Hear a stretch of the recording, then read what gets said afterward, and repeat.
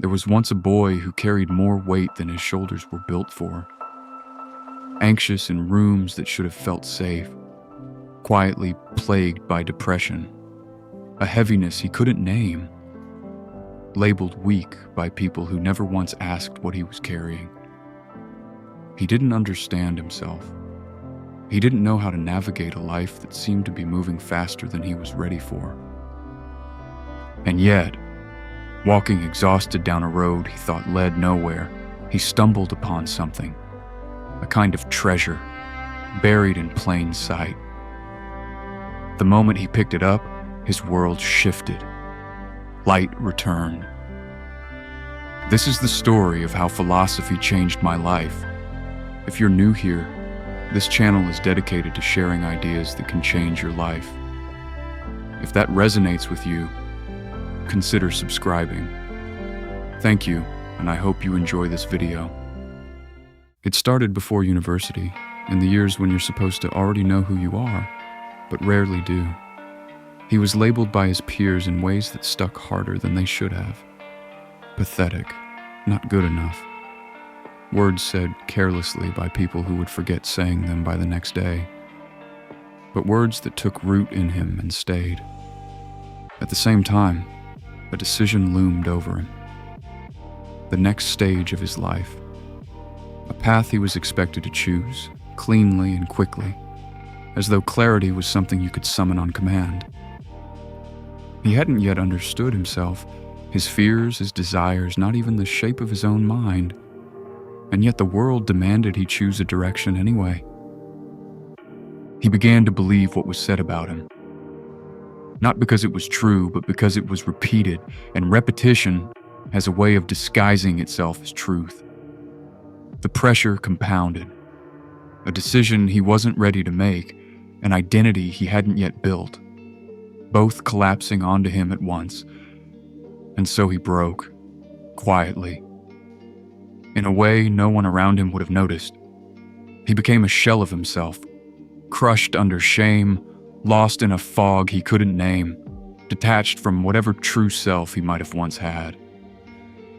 The criticisms played on a loop in his mind, long after the people who said them had moved on. He carried the weight of a society that seemed to be constantly, silently grading him. Why do I feel like I'm at the bottom? When the world keeps handing out scores I never agreed to compete for? How do I find out who I even am?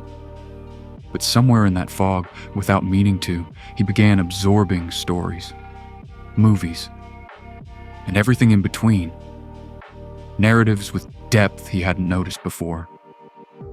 He started watching the characters differently, not just following their plots, but observing how they saw the world. Some of them saw things others didn't. They acted differently.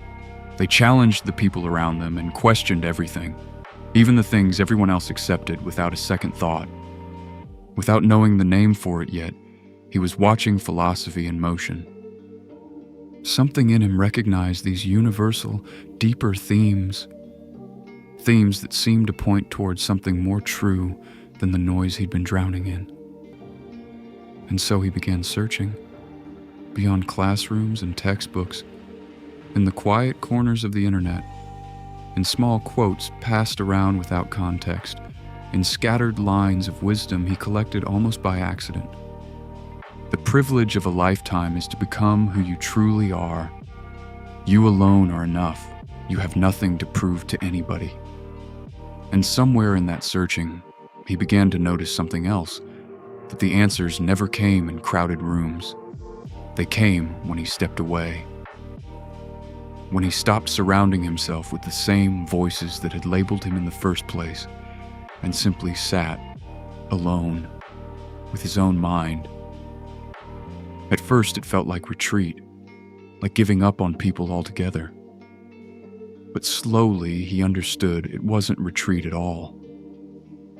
It was closer to what Seneca meant when he wrote that nothing proves a well-ordered mind quite like a person's ability to stop and spend time in their own company. He wasn't hiding from the world, but was finally meeting himself in it. He didn't realize it at the time, but he was healing.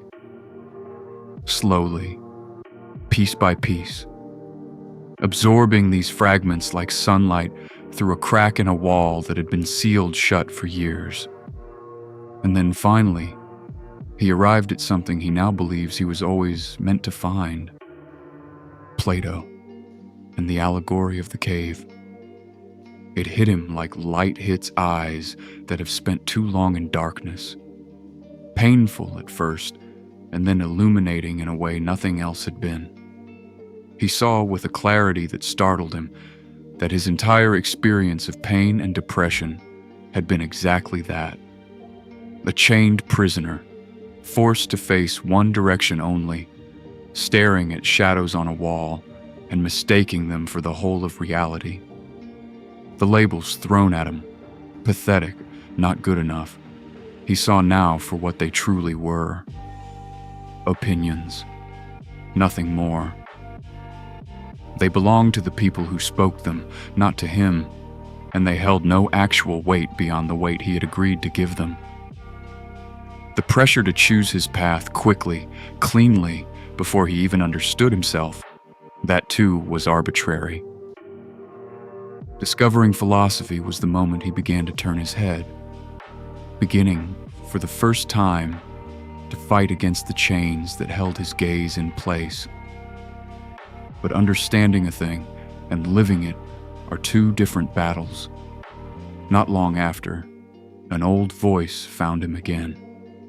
The same kind of comment, the same shape of criticism that used to send him under for days. But this time, something held. He heard the words and noticed them for what they were: an opinion passing through a room, not a verdict passed down on his worth. He didn't feel nothing, but he felt it differently. It touched him and moved on. That was the proof, more than any quote or any allegory, that something in him had actually changed. Once that understanding settled into him, not just as an idea, but as something lived, he found himself finally able to loosen those chains and take his first steps toward the mouth of the cave. And with every step, he discovered more of goodness, more of truth, more of beauty and love, and the kind of wisdom that doesn't just inform the mind, but brings harmony to something deeper: the soul itself. He began to understand, in increments, the deepest and highest forms of love. Love for others. Love that requires seeing past your own suffering long enough to notice someone else's. His life had changed, not into something free of difficulty, but into something no longer ruled by it. Labels no longer had the same grip on him. Obstacles didn't disappear, but they lost their power to define him, because he now recognized them for what they were: mere shadows, not the substance of who he was. No system, no crowd, no inherited assumption could fool him quite the same way again, because he had learned, finally, to question everything. And in a world that remains turbulent, restless, endlessly demanding, he found something rare. He found peace. He hasn't reached the mouth of the cave yet, but he is walking, step by step, each day a little further toward the light, toward the good. And he is looking forward to the day he finally arrives. His life changed, and so can yours. I'm not saying you should learn this from me specifically. I'm not the treasure here, and neither is any single video or thinker on their own. But I am saying gently that it's worth turning your head, even if just a little. The chains rarely announce themselves as chains. They feel like just the way things are, the way they've always been. So embrace philosophy, not as an escape from your life, but as a way of finally looking at it directly. Embrace Plato and Socrates and all the great minds who spent their own lives staring at that same wall of shadows, trying to help the rest of us turn around. You don't need to understand everything at once. You don't need the whole cave to open up in a single afternoon. You just need one crack in the wall, one quote that lands differently than you expected, one question you're finally willing to ask yourself honestly. That's where it usually starts, because your life too can change, slowly, imperfectly, but truly, for good. Thank you for watching.